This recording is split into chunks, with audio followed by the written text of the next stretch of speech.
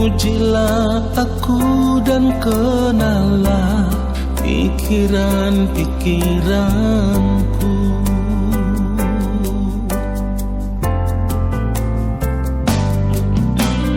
Selidikilah aku, ya Allah,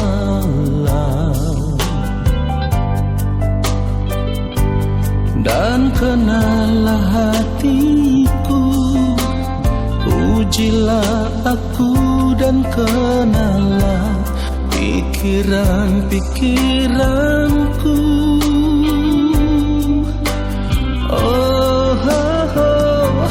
Lihatlah apakah jalanku seru, dan tuntunlah aku di jalan yang kekal.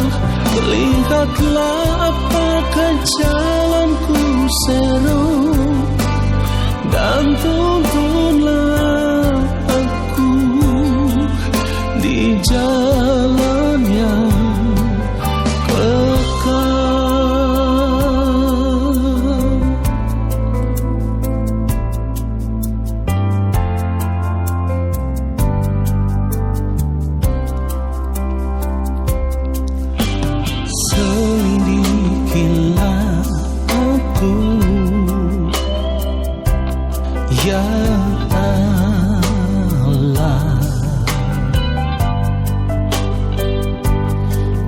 kenalah hatiku. Ujilah aku dan kenalah pikiran-pikiranku.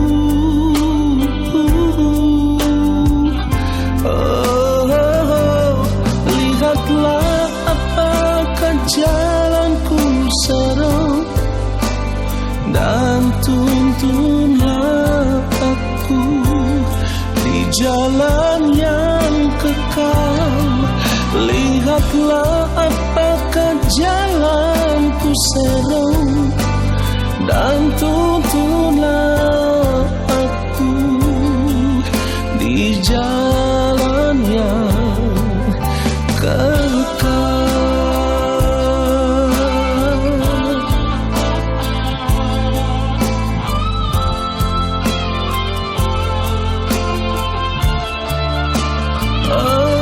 Lihatlah apakah jalanku seru, dan tuntunlah aku di jalan yang kekal. Lihatlah apakah jalanku seru, dan tuntunlah aku di jalan yang kekal, dan tuntunlah aku di jalan yang kekal.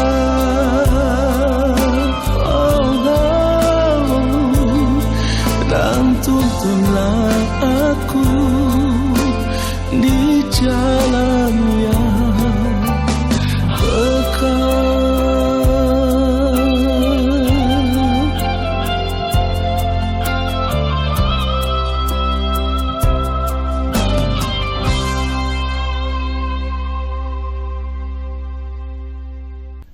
Shalom Bapak Ibu Saudara yang dikasihi oleh Tuhan Yesus Kristus. Dimanapun kita semua berada, dalam keadaan apapun kita saat ini, mari kita mau tenangkan hati dan pikiran kita. Kita mau duduk diam di dalam hadirat Tuhan, dan kita mau menanti-nantikan Allah Bapa di surga berbicara bagi kita semua lewat firman-Nya. Mari kita berdoa. Yang Maha Kudus Allah Bapa yang ada di dalam kerajaan surga, kembali kami semua ada di hadapan Bapa. Kami mau duduk diam di hadirat-Mu ya Tuhan, dan kami mau menanti-nantikan Bapa berbicara bagi kami. Kuduskanlah kami semua dalam kebenaran-Mu ya Allah, supaya oleh pengudusan daripada Bapa di surga, oleh pengampunan daripada Bapa di surga, ketika kami mendengarkan kebenaran firman Tuhan ini, kami ditemukan layak dan berkenan di hadapan Bapa. Roh Kudus Tuhan yang akan mengurapi kami, memberikan kepada kami hikmat pengertian akan setiap kebenaran firman yang kami dengar. Lalu ketika kami mengerti, kami mau hidup seturut dengan firman-Mu. Urapilah hamba-Mu ya Tuhan, untuk menyampaikan akan kebenaran firman-Mu seperti yang Engkau kehendaki. Taruhlah hamba-Mu serendah-rendahnya ya Bapa, supaya di dalam setiap kebenaran firman Tuhan yang hamba sampaikan, Bapa saja yang ditinggikan, Bapa yang dipermuliakan. Di dalam nama Tuhan Yesus Kristus, kami siapkan hati kami untuk kebenaran firman Tuhan saat ini. Amin. Saudaraku yang dikasihi oleh Tuhan Yesus Kristus, kita akan melihat kebenaran firman Tuhan. Ibrani 12, kita akan membaca ayat yang ke-15. Jagalah supaya jangan ada seorang pun menjauhkan diri dari kasih karunia Allah, agar jangan tumbuh akar yang pahit, yang menimbulkan kerusuhan, dan yang mencemarkan banyak orang. Bapak Ibu Saudara yang dikasihi oleh Tuhan Yesus Kristus, firman Tuhan katakan, jagalah supaya jangan ada seorang pun menjauhkan diri dari kasih karunia Allah. Artinya ketika kita hidup sebagai orang percaya, kalau kita mengerti bahwa di dalam Kristus kita sudah menerima pengampunan dari Allah Bapa di sorga oleh kasih karunia itu, maka kita juga harus hidup sebagai orang percaya yang tidak boleh lagi menyimpan di dalam hati kita segala bentuk kebencian atau iri hati atau dendam atau amarah terhadap orang lain, siapapun mereka. Saudara kita kah itu? Sahabat kita kah itu? Tetangga kita kah itu? Ya, rekan kerja kita kah itu? Siapapun saudaraku, kita harus berusaha untuk hidup damai dengan semua orang. Kita tidak boleh membiarkan lagi hati kita dikotori dengan segala sesuatu yang bisa menimbulkan akar yang pahit. Dan akar yang pahit ini saudaraku biasanya timbul dari benih kekecewaan yang ada di dalam hati kita. Jadi kalau kita kecewa terhadap orang lain, karena kita marah, karena kita benci, karena kita dendam terhadap orang lain, bisa juga karena kita memiliki rasa iri dan dengki terhadap orang lain. Itulah yang membuat hati kita dipenuhi dengan benih kekecewaan saudaraku. Dan setiap manusia atau setiap orang pasti pernah mengalami apa yang dinamakan kecewa. Saudara, kita harus mengerti bahwa kecewa ini bisa membuat jiwa kita rusak. Ya, bisa membuat jiwa kita sakit. Sebab kekecewaan itu sama seperti penyakit kanker yang dapat merusak jiwa kita, saudaraku. Jadi sebagai orang percaya kita harus benar-benar mengerti dan menyadari bahwa kekecewaan itu cepat atau lambat akan sangat mematikan karena akan merusak jiwa kita. Saudaraku, itu juga berarti kita harus mengerti bahwa kekecewaan tidak akan pernah menghasilkan sesuatu yang baik. Apapun alasannya, kekecewaan itu akan merusak jiwa kita sehingga membuat jiwa kita akan kehilangan sukacita dan damai sejahtera Allah, saudaraku. Itulah kenapa firman Tuhan mengajarkan kita untuk hidup berdamai dengan semua orang. Kalau kita melihat kebenaran firman Tuhan Ibrani 12 ini, kita membaca ayatnya yang ke-14. Dikatakan apa? Berusahalah hidup damai dengan semua orang dan kejarlah kekudusan, sebab tanpa kekudusan tidak seorang pun akan melihat Tuhan. Saudaraku, mari kita perhatikan kebenaran firman Tuhan ini dengan hati nurani kita yang jujur. kasih karunia yang kita terima dari Allah Bapa di sorga itu seharusnya membuat kita hidup di dalam damai sejahtera Allah. Karena apa? Karena kita sudah diampuni. Semua dosa dan pelanggaran kita sudah diampuni oleh Allah Bapa di sorga. Nah, ketika kita telah mengerti bahwa di dalam Kristus kita sudah menerima pengampunan oleh kasih karunia itu artinya kita harus menjaga hati kita supaya tidak dipenuhi lagi dengan segala sesuatu yang tidak berkenan di hadapan Allah Bapa di sorga. Jangan lagi menyimpan kebencian terhadap orang lain. Jangan lagi menyimpan dendam, ya. Jangan lagi memiliki rasa iri dengki terhadap orang lain. Semua itu bisa menjadi benih kekecewaan yang akan merusak jiwa kita. Karena apa? Karena kekecewaan itu selalu berakar dari ketidakpuasan kita terhadap suatu keadaan atau ketidakpuasan kita terhadap orang lain. Ya saudaraku, pertanyaannya sekarang, mengapa seringkali kita merasa tidak puas terhadap suatu keadaan atau merasa tidak suka terhadap orang lain? Saudaraku, tidak ada faktor yang lain. Faktor yang membuat kita merasa tidak puas terhadap satu keadaan atau terhadap orang lain itu karena keinginan diri kita yang tidak terpenuhi atau permintaan-permintaan kita yang belum dikabulkan atau belum tercapai, saudaraku. Saudara, semuanya itulah yang akan menimbulkan benih-benih kekecewaan di dalam hati kita. Itulah kenapa firman Tuhan katakan, berusahalah hidup damai dengan semua orang dan kejarlah kekudusan. Karena setelah kita menerima kasih karunia Allah, kita harus mengerti bahwa hal terutama yang harus kita jaga di dalam kehidupan kita adalah kekudusan hidup. Kenapa? Karena tanpa kekudusan tidak seorang pun akan melihat Tuhan. Itu yang firman Tuhan katakan. Jadi kalau kita membiarkan hati kita ditaburi dengan benih-benih kekecewaan, artinya kita gampang membenci orang lain karena kita melihat keadaan orang lain lebih baik daripada kita. Lalu kita menimbun di dalam hati kita ada rasa iri, dengki terhadap orang tersebut. Atau karena kita tidak suka dengan orang lain lalu kita menyimpan amarah yang berkepanjangan.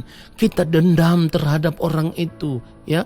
Saudaraku, itu semua merupakan benih-benih kekecewaan yang bisa menumbuhkan akar kepahitan di dalam diri kita.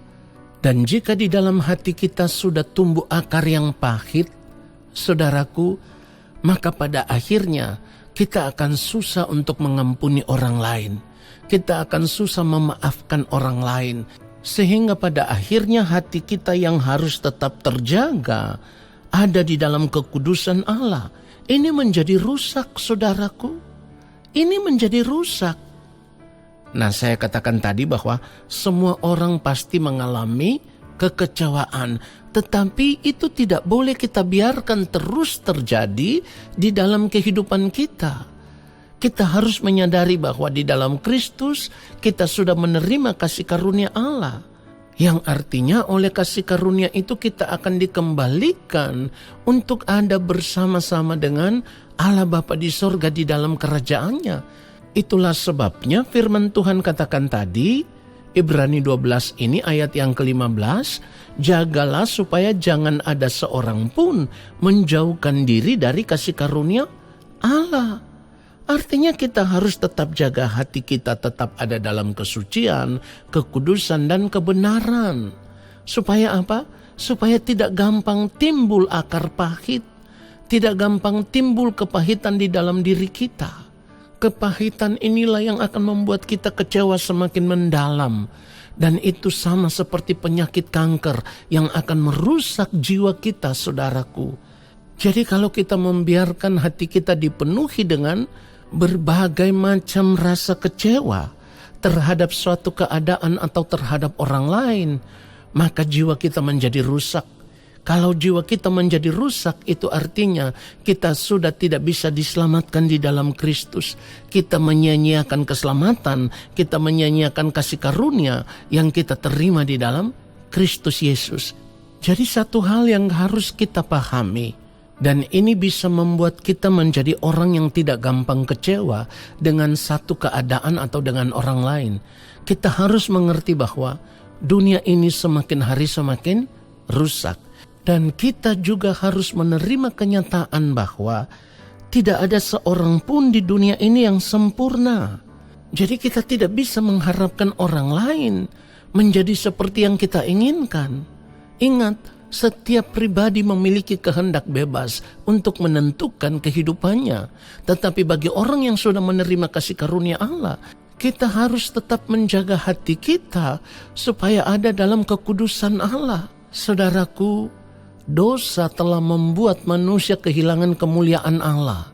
Jadi kita tidak bisa berharap orang lain bisa sempurna seperti yang kita inginkan. Tetapi bagi diri kita pribadi, kita harus berjuang untuk menjaga kesucian kekudusan hidup supaya kita sendiri bisa mencapai kesempurnaan hidup seperti yang dikehendaki oleh Allah Bapa di sorga. Oleh sebab itu kita juga harus belajar untuk mengucap syukur di dalam segala hal, di dalam segala keadaan. Karena dengan ucapan syukur inilah mata hati kita akan terus tertuju kepada Allah Bapa di sorga. Lalu kita hidup setiap hari, kita hanya hidup untuk melakukan kehendak Allah. Kalau kita bisa mengucap syukur di dalam segala keadaan, maka kita juga akan memiliki persekutuan dengan Allah yang sangat indah. Dan di dalam persekutuan dengan Allah inilah kita tahu sekalipun ada tantangan, ada persoalan, ada masalah hidup yang kita hadapi, kita tetap percaya Allah bekerja di dalam segala hal, mendatangkan kebaikan bagi orang-orang yang mengasihi Dia. Cara hidup seperti inilah yang membuat hati kita akan tetap terjaga, tetap ada di dalam kesucian dan kekudusan Allah. Dan tidak ada lagi akar pahit yang tumbuh di dalam hati kita. Sehingga kehidupan kita menjadi kehidupan yang berkenan kepada Allah Bapa di sorga. Dan itulah yang membuat kita bisa diterima di dalam kerajaan Allah Bapa di sorga. Tuhan Yesus memberkati kita semua. Amin. Saudara, mari kita arahkan hati kita di hadapan Allah Bapa di sorga. Kita angkat tangan di hadapan Bapa dan terimalah berkat-Nya. Segala berkat kasih karunia daripada Allah Bapa di sorga, rahmat cinta kasih yang berlimpah-limpah dari Gembala Agung Tuhan Yesus Kristus di dalam persekutuan yang manis dengan Roh Allah yang kudus, kiranya turun atas kehidupan kita semua, menyertai langkah hidup kita semua, dan memberkati kehidupan kita semua sekarang dan sampai selama-lamanya. Amin.